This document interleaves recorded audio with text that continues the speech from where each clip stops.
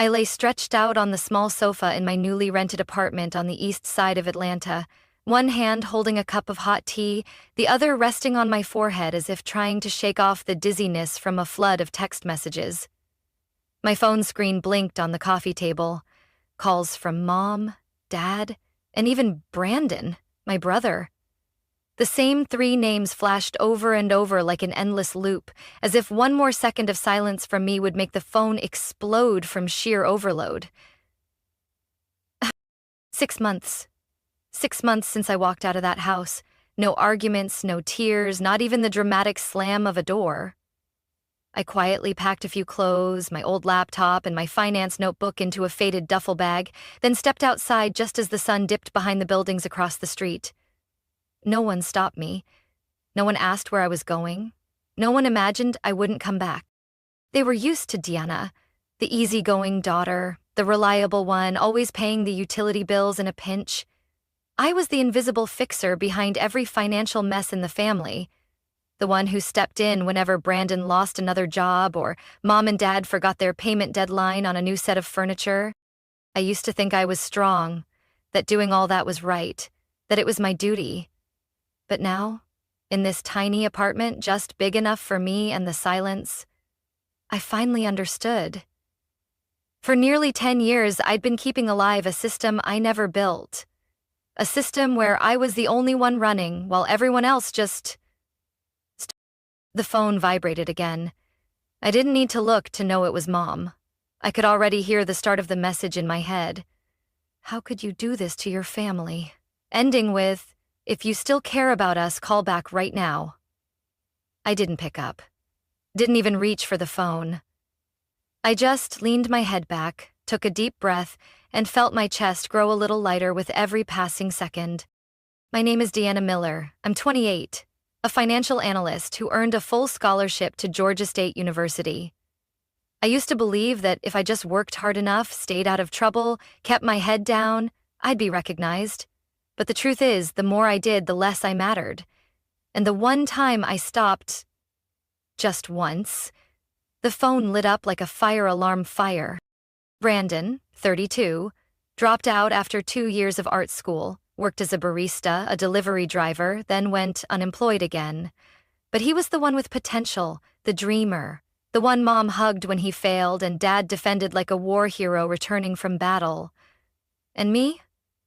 The one who never left a trail of debt, never ruined a single plan, never asked for anything, somehow ended up being the ungrateful one. I remember the day I left. Mom was watching her favorite TV show. Dad had his eyes glued to the car insurance spreadsheet, and Brandon was stretched out on the couch with his gaming console. No one noticed me walking past with a bag. No one asked why I wasn't dressed for work. Not a single, "Where are you going?" And now, after 6 months of silence, they're trying to reach me. Like I'm the lifeline they tossed aside and suddenly want back. I glanced at the phone again, still buzzing. I didn't turn it off, just let it ring. Every vibration felt like proof that I had finally broken free of the invisible rope that had bound me for a decade. And for the first time in my life, freedom smelled like a quiet afternoon where every sound belongs only to me. I started working at 16, not to buy cute clothes or hang out at coffee shops like my friends, but because I knew if I didn't take care of myself, no one else would. While my classmates were getting picked up by their parents, I rode my bike 4 blocks to a pastry shop to wipe tables and mop floors, then biked home after dark. I used my first paycheck to buy a secondhand computer, the only thing that helped me keep up with classwork. No one asked if I needed help. No one asked if I was sleeping enough or if I'd had dinner. But when Brandon needed a new laptop, despite dropping out, Mom had no problem opening a credit card and buying him a brand new MacBook, saying he needs it to restart his life. I was used to that upside-down logic. When I did right, it was expected. When Brandon messed up, it was because he was trying. Brandon's 4 years older than me, but if you looked at how things played out in our home, you'd think I was the older sibling. He always had an excuse, always got understood. When he quit his bookstore job because the boss was too controlling, Mom instantly defended him. No one can survive a toxic environment. When he misplaced the car Dad had just fixed, the first thing Dad said was, "Accidents happen." Me. When I got a full ride to Georgia State, the only response was, "Couldn't you pick a school closer to home? Brandon might need the car."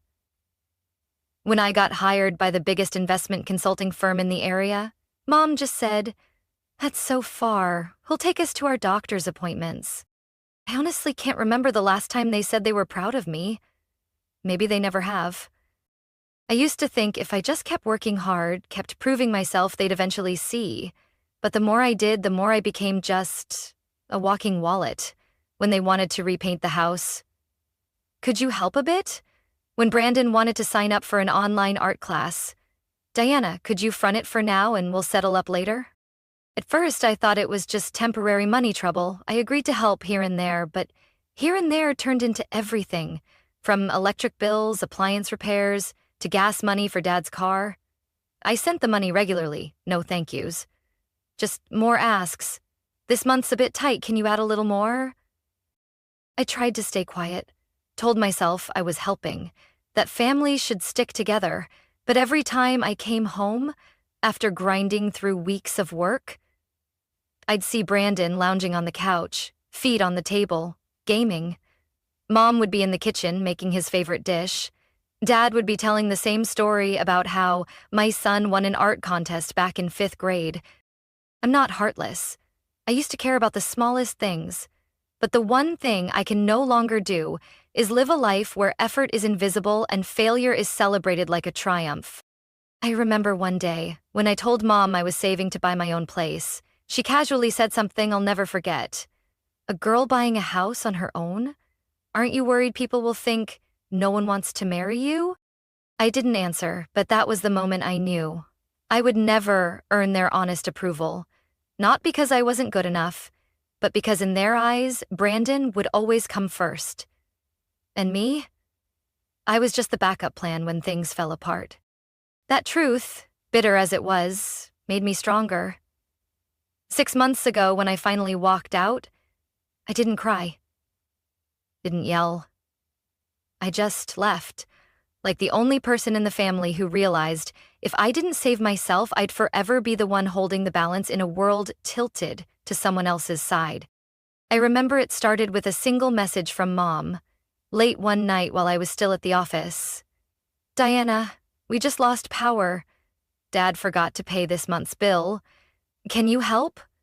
I'll pay you back tomorrow." I didn't think twice. Sent $126.00 that night, along with a text. "Next time, remind Dad to pay a bit earlier." Of course, I never saw a dime back.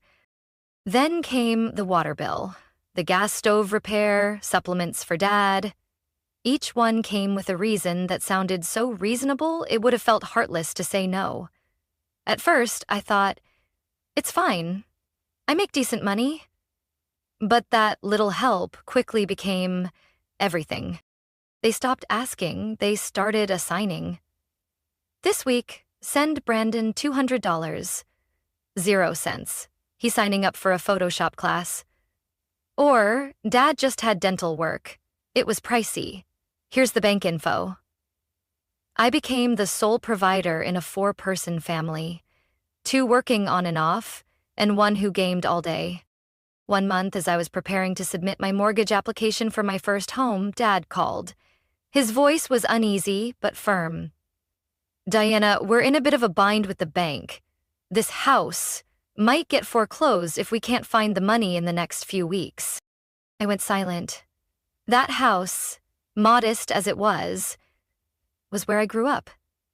Where I once dreamed of having my own office, before that dream was replaced by a sofa bed so Brandon could temporarily move back in. "How much do you need?" I asked, already knowing the answer. "Around $980.00 a month for just maybe a few months, just until your dad and I get back on our feet." And I agreed. The first transfer happened that very night, right after I canceled the deposit on the apartment I'd been dreaming of.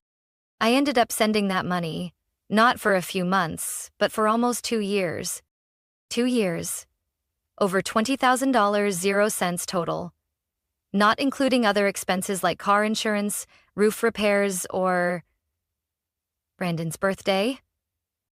What made me the angriest wasn't the money. It was how they acted like it was normal. No, thank you. No one asked if I could afford it. No hesitation when asking for more. I slowly became the family bank, with zero say in the very house I was keeping from foreclosure. Brandon still didn't have a job. When I asked directly, Mom just said, "He's trying to find his path. You shouldn't pressure him." Pressure? Me? The one working 60 hours a week to cover his share, and now I'm the one creating pressure? I started quietly documenting every payment, every date, like I was keeping a debt ledger for a client who would never repay. But I never intended to ask for it back. Because I knew I never would see a dime. Every time I thought of cutting ties, another message would pop up. "Dad's back is acting up again. Can you order his meds?" Or, "The roof's been leaking all week. No one has the money to fix it." And I'd cave. Again. I'd transfer the money. Again. I'd put every personal goal on hold. Again.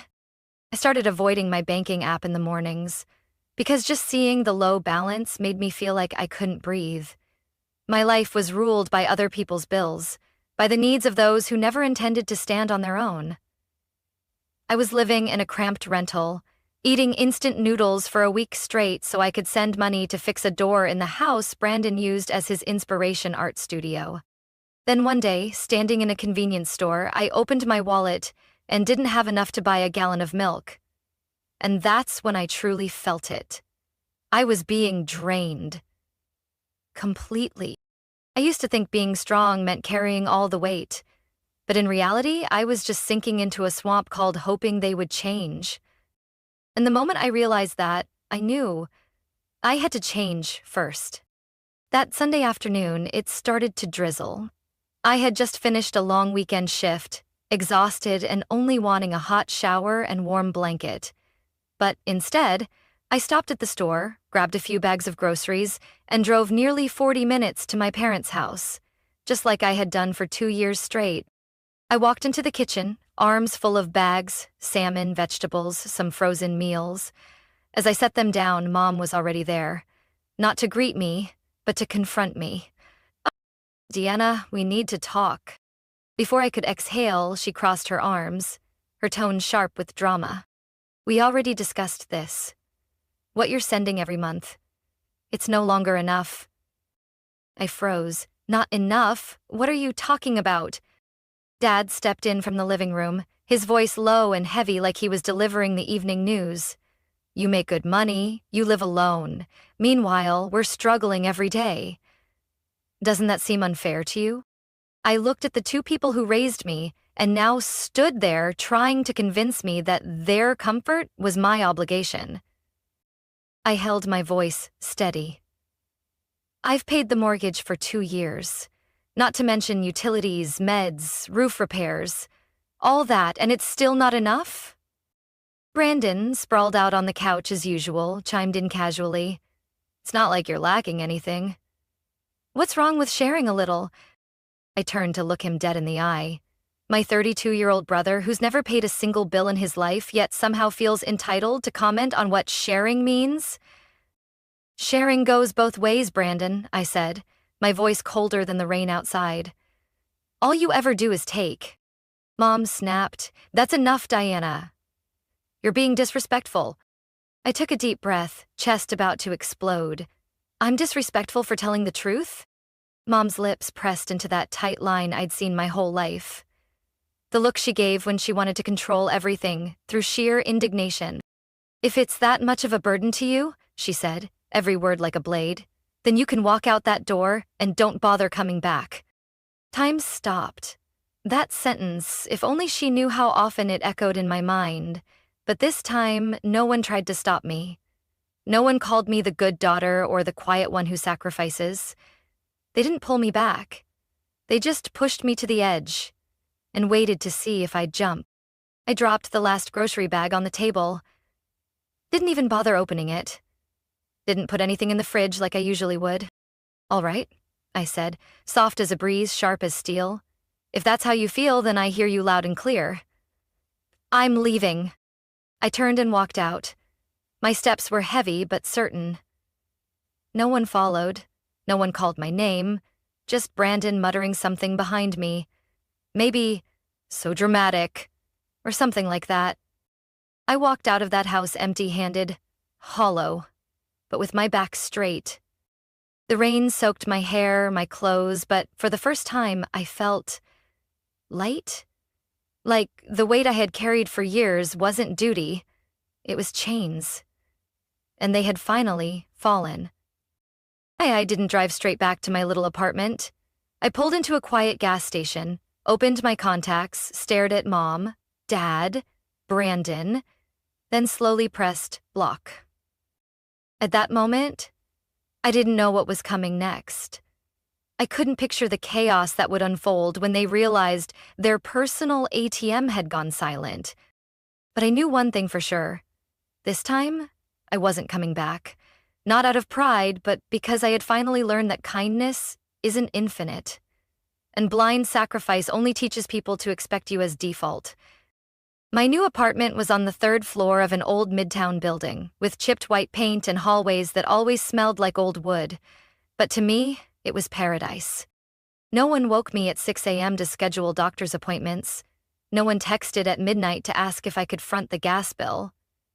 I no longer had to race across 3 counties with bags of food for a dinner no one touched. I moved in with just 2 suitcases and an old comforter. But the relief? Unmatched. The first 6 months after leaving home felt like learning how to breathe again. Every morning, I got up with my alarm, made coffee, opened the window, and let the light pour in. No TV blasting from the living room. No Mom's complaints. No Dad's coughing fits when I got home late. I spent weekends reading, learning new skills, and walking around Piedmont Park, where I didn't need to hold a phone to my ear for an hour listening to another emergency that somehow meant more money. I cut all financial ties. No transfers, no bill payments, no doctor appointments, no groceries. My bank account slowly steadied, and for the first time in years, I started building savings, a simple thing I never thought I'd be able to do. But that peace only lasted until month 3. It started with a text from Mom. "Diana, your dad just got a warning letter from the bank. Something's going on. Call me." I read it, set the phone down, and didn't reply. Not because I didn't care, but because I knew that something was never about health or safety. It was always about money. And sure enough, a few days later, my dad called. "We need to have a serious talk. The house situation can't be put off any longer." I didn't pick up. They called again, every single day. First, their voices were calm, then pleading, then accusatory. Mom texted, "Are you really going to abandon your parents?" Brandon left a voicemail. "You should know, this isn't a joke. Everyone's struggling." I didn't respond. The calls kept increasing week by week, like they believed if they called enough, I'd eventually cave. I changed my work number, blocked a few contacts, but I couldn't stop myself from reading the long messages, sometimes paragraphs long, accusing me of being different, heartless, cold. I wasn't cold, I was healing. Then one Monday afternoon, just as I was leaving the office, my phone lit up. It was Brandon. I didn't answer, but this time his voicemail had lost the urgency. It was sharp, accusing. "What do you think you're doing? Feeling proud of yourself? You don't get to walk away from your family just because life feels easier now. If Mom and Dad lose the house, that'll be your fault." I stood frozen in the parking lot, replaying the message 3 times. And I didn't know whether to laugh or be angry. After all those years of skipping meals, all the thousands of dollars sent without a thank you, and what I got in return was blame, I picked up my phone and slowly typed out a message. "I've covered my part, and yours, for years. If things fall apart now, maybe it's time everyone asked, who never did anything." I didn't send it. I deleted it. Because I knew no words would ever change how they saw me. To them, I was never a daughter, never a sister. I was a solution, and when the solution stopped working, all they had left was blame. I slipped my phone into my pocket and walked down the golden-lit sidewalk, feeling a little bit lighter. Later, just after stepping out of a meeting, I saw a message from Dad. "Diana, why haven't you paid the mortgage this month? The bank's pressing us now." I froze in the hallway of my office building. It wasn't shock I felt. It was a chill, like someone had poured a bucket of ice water over my head. I had stopped all financial support nearly 6 months ago. Completely. No transfers, no money talk. And yet he still messaged me, like it was just expected that I'd keep paying the mortgage. But what really got under my skin was the way he said, "pressing us now." I bit my lip. My palms started to sweat. My gut told me something was wrong. And this time, I wasn't going to guess. I was going to find out. That evening, after brewing a cup of tea, I opened my laptop and logged into the bank account I used to send mortgage payments to, the one under Dad's name. I had never checked it before. I had always trusted that once I sent the money, it would be used for what they said. I was their daughter. Why wouldn't I? I scanned through the transaction history from the past 2 years. Every payment I sent, documented, exact, matched down to the penny. But the final line made my heart nearly stop. The last mortgage payment from that account had been 8 months ago, right before I stopped helping. I blinked several times, hoping I'd misread something, but there it was, clearly listed in the bank's alert. Account overdue 8 months, total outstanding balance $6,480.00. Status, at risk of foreclosure. I pressed a hand over my mouth, trying to quiet my own breathing. What did this mean? I had continued sending money on time for 3 more months after that last payment, and they hadn't used a single dollar for the mortgage? I pulled up my personal banking app. Sure enough, almost $3,000, 0 cents, sent after the final payment. Gone. They had received it, but didn't use it, didn't explain, didn't say a word. A cold wave ran down my spine. It wasn't just disappointment. It felt like betrayal, like someone had stabbed me in the back with the very trust I gave them. I didn't call immediately. I needed more proof. The next morning, I called the bank, this time as someone who previously helped manage family payments. I calmly explained my concern that my parents might be struggling and not telling me. After some verification, the support rep confirmed. That account hasn't had a full mortgage payment since the beginning of the year. It's now under special collections. I thanked her and hung up. The world spun around me. No more doubt. The money I sent during those last months was not used for the house. So where did it go? I didn't know. But it wasn't for what they'd begged me for. That night I couldn't sleep. I left the light on, lying stiff on the couch staring at the ceiling. One question echoed in my mind. How long had they been lying to me? I thought about all the things Mom used to say. It's only temporary, honey. If it weren't for you, we'd starve. Your dad's so worried. Please help us get through this. And then I remembered the look in Brandon's eyes the day I walked out. Not regret, but fear. Not because I was leaving, but because the source was drying up. I picked up my phone and typed a message to Dad. I just spoke with the bank. They said the mortgage is 8 months overdue. I kept sending money. So what happened? No reply. Not right away. But 15 minutes later, the phone rang. Caller Dad. I didn't answer. I sat there, listening to the ringtone echo like a ghost, from a past I once blindly believed in, but now finally spoke for itself. The third call came at 10 p.m. I stared at the screen, my hands cold, my heart a storm of anger and heartbreak. I knew if I didn't pick up, they wouldn't stop. And this time I was ready to listen, but also ready to speak. I hit answer. Diana, it's Dad, his voice low and tense.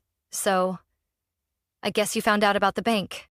I kept my voice calm. I didn't just find out, I confirmed it. The mortgage is 8 months behind. I kept sending money, so... Where did it go? He paused, then sighed. I know you're angry, but it's not what you think. I gave a bitter half smile. Not what I think? I sent money for the house. The house didn't get paid for. What part of that isn't what I think? That's when Mom grabbed the phone. Diana, don't you dare speak to your father like that, she yelled, her voice shrill, almost furious. You don't understand the situation. Everything's been falling apart since you left. I squinted. Walked away? Or was it when I stopped paying for everyone to live comfortably? You don't speak to me like that, my mom snapped.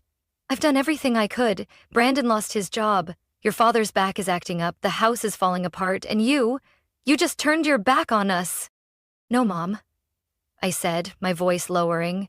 I turned my back after you all drained every last dollar from me and still had the nerve to say it wasn't enough. I am not obligated to fund your repeated bad choices. She fell silent for a few seconds. Then her voice returned, trembling, slipping into that familiar, rehearsed sobbing. Diana, we're family. Families are supposed to help each other. I cut her off, for the first time, not letting her steer my emotions. Help has a limit, Mom, and I've been treated like a free ATM for years. Worse, the money I sent wasn't even used for what you claimed. You lied to me.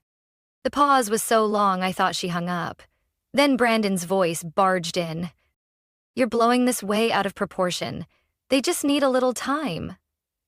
And you're acting like the whole world owes you something. I let out a laugh. The world doesn't, but this house definitely does. You're being selfish, Brandon hissed. You weren't like this before. I answered softly, voice like ice. Before, I was just stupid. Diana, don't talk like that. My dad came back on, his tone lower, worn down. We messed up, okay? But you're all we've got. We will pay you back. I promise. I let out a dry, joyless laugh.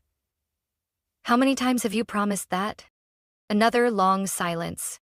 You know, if you don't help, we could lose the house, he said. We're about to lose everything. I tightened my grip on the phone. My chest felt heavy, but my words came out clear. Then lose it. That's not my responsibility anymore. Diana, you can't. Can't what? Can't walk away after being pushed to my limit? I cut him off.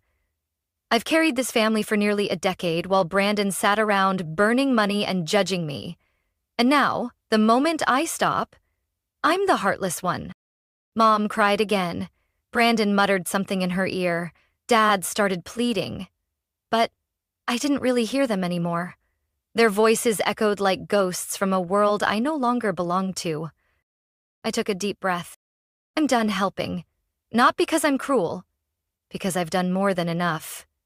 You all need to learn how to live without me. That's the only thing I'm leaving behind. And I hung up, not in anger, in peace. After that final phone call, I powered off my phone and left it on the table for 3 full days. No texts, no calls, no threats, no fake sobs, just silence. And I had never tasted silence so sweet. The next morning I woke up early, made myself a cup of coffee and stepped out onto the balcony, watching the city slowly wake under soft golden sunlight. My apartment was small, unremarkable, the ceiling a little low, the wooden floor creaking under my steps. But for the first time, I felt like a place truly belonged to me. No one knocking to ask for money, no one making me feel guilty for living my own life. Freedom, it turned out, wasn't loud. It was quiet, gentle, like that first breath after breaking through the surface of the water. But even silence can get scary. When night falls, when there's no more work to fill my thoughts, I start to wonder, did I go too far? I cut everything. All support, all contact. I let the house I helped save teeter on the edge of foreclosure. I left them People who once raised me to navigate the chaos alone. I used to be the backbone. Now I was the one who let go. Was I too harsh? I went back to my voicemail, the one I had been avoiding all week. A message from Mom. You'll regret this. That house means everything to me. One from Dad. We're out of options if you don't help. And Brandon, short and bitter. You're letting this family sink just because of your pride. I listened to every word, didn't skip a single one, but this time I didn't cry. I just felt tired. They always knew how to make me doubt myself. For years, they tied me down, not with chains, but with guilt, with lines like, "You're the pride of this family," or, "We'd be lost without you." But that pride was never shown as gratitude. It was just a shield they held up whenever they needed cover for a mistake they didn't want to fix. I thought about all the nights I stayed up crunching numbers for clients, only to wake up to Brandon scolding me for not living in the moment. I thought about canceling the one vacation I planned each year because my parents suddenly needed money. And I thought about Mom's expression when I said I was exhausted. Not empathy, not understanding, just disappointment. Like I had betrayed her trust, even though I was the only one who never turned my back on them. I walked into my room, sat on the edge of the bed, fingers tracing the edges of an old worn blanket, and the same question kept echoing in my head. What if they do lose the house? What if one day I get a call saying my parents have nowhere to live? Would I feel guilty? Oh, I don't know. I'm the one who kept them from falling apart for nearly 10 years. That can't be erased because I stopped 6 months ago. But people forget easily. And guilt? It doesn't need a reason to creep in. I sighed.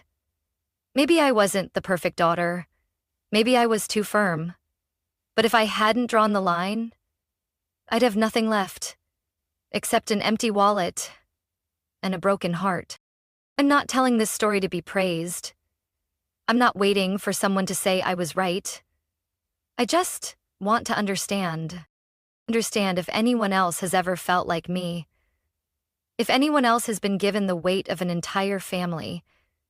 If anyone's ever been called cold just for saying no once. And if you're still reading this, I truly want to ask, did I do the right thing? I chose to live for myself. But is there a price I haven't seen yet? I don't know. But I hope you can give me a new perspective, a message, an honest word. Because sometimes, to move forward, I just need to know I'm not alone. Diana's story is a wake-up call for anyone who's ever been labeled the good child and burdened with responsibilities that were never theirs to carry. For years, she traded her freedom and peace of mind for loyalty to an idea of family that gave nothing back. But when she realized her worth was being drained, she found the courage to say enough and walk away. Her story isn't just about escape. It's a reminder that real love begins when we set clear boundaries. Do you think Diana was right to walk away from the cycle of imposed responsibility? Or should she have tried to compromise? Share your thoughts below, and don't forget to follow the channel for more powerful stories about family, choices, and finding your voice.